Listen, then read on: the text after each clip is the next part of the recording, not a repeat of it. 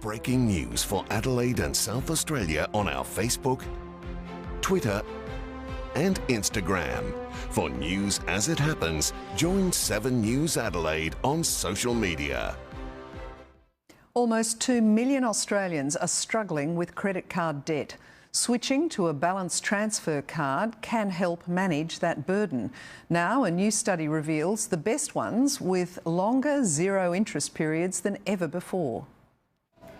25-year-old engineer and Woolies shopper Sharanya Iyer loves earning loyalty points, paying for everything she can on her credit card. Everything from groceries to fruit to travel. She makes the minimum monthly repayment on her balance to avoid interest charges, but that's not enough to pay down her debt. It's about $1 or $2 grand that always just stays there. Right now, Australians have an average credit card balance of more than $3,000. One option is a balance transfer card with an interest-free period to help clear the debt. These cards can give you the breathing space you need, provided you have a plan in place to repay the debt during the promotional period. Australia's longest balance transfer deal now stretches over 2 years, 26 months in fact, with Bankwest Breeze card.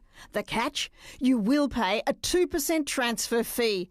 Others give you 22 months to pay with no transfer fees, but all have higher interest on any new purchases, plus higher annual fees. These cards should not be used for purchases. They should be used to clear your debt. Remember, if you haven't paid off the debt by the end of the interest-free period, watch out. You will be hit with a high revert rate, usually 20%. Helen Wellings, 7 News. A Japanese man has officially been named the world's oldest person.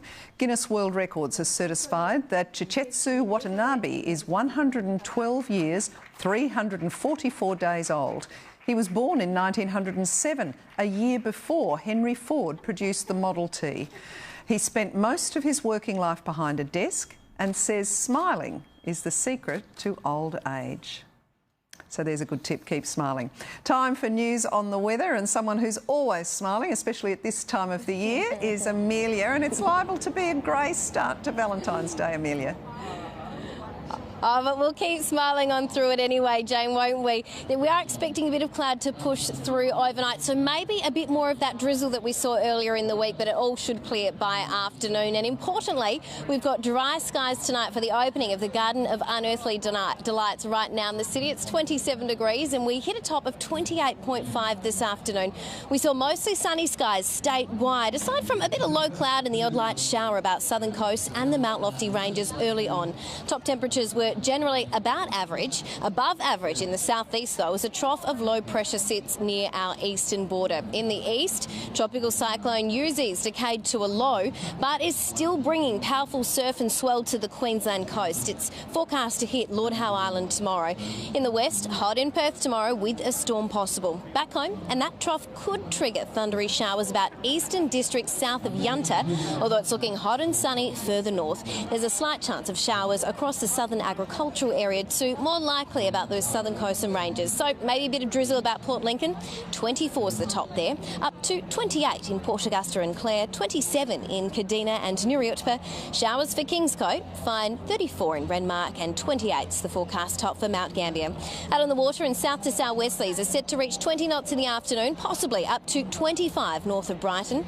To fishing, and squid are still doing well down south, but if you're up for the drive, try Yorks or around Port Lincoln for King George Whiting.